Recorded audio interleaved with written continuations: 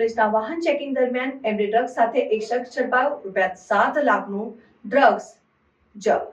સુરતની સિંગણપુર પોલીસ દ્વારા વાહન ચેકિંગ કરવામાં આવ્યું હતું। તે દરમિયાન એમડી ડ્રગ્સ સાથે એક શખ્સને ઝડપી પાડ્યો હતો અને પોલીસે 78.77 ગ્રામ ડ્રગ્સ કિંમત ₹7 લાખનો મુદ્દામાલ કબજે કરીને વધુ તપાસ શરૂ કરી હતી।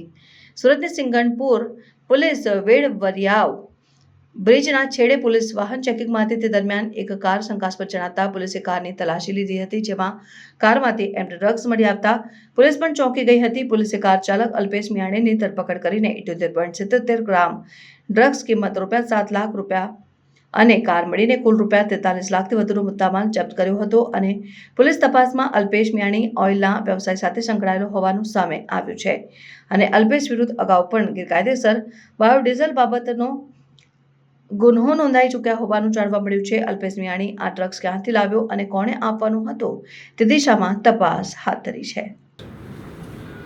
ગઈકાલે સિંગણપુર પોલીસ સ્ટેશનની અંદર એક NDPSનો ગુનો રજીસ્ટર કરવામાં આવેલો છે। આપ જાણો છો તેમ શસ્ત્રની ટીમ એક પોલીસ દ્વારા બનાવવામાં આવેલી છે।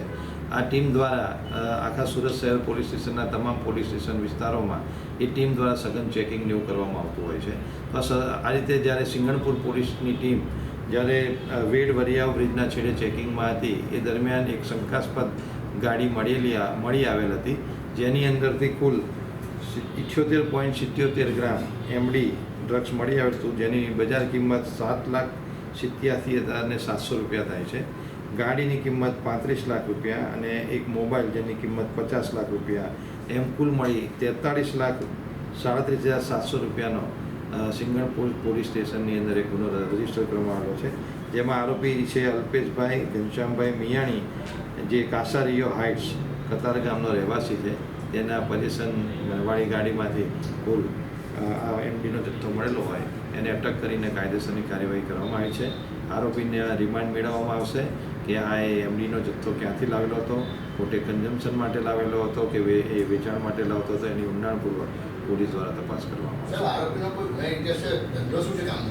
આરોપીનો અત્યારે પ્રાથમિક દ્રષ્ટિએ એવું ધ્યાનમાં આવ્યું છે કે અગાઉ એ બાયોડીઝલના કે એની સામે બાયોડીઝલનો પણ એક ગુનો રજીસ્ટર થયેલો છે।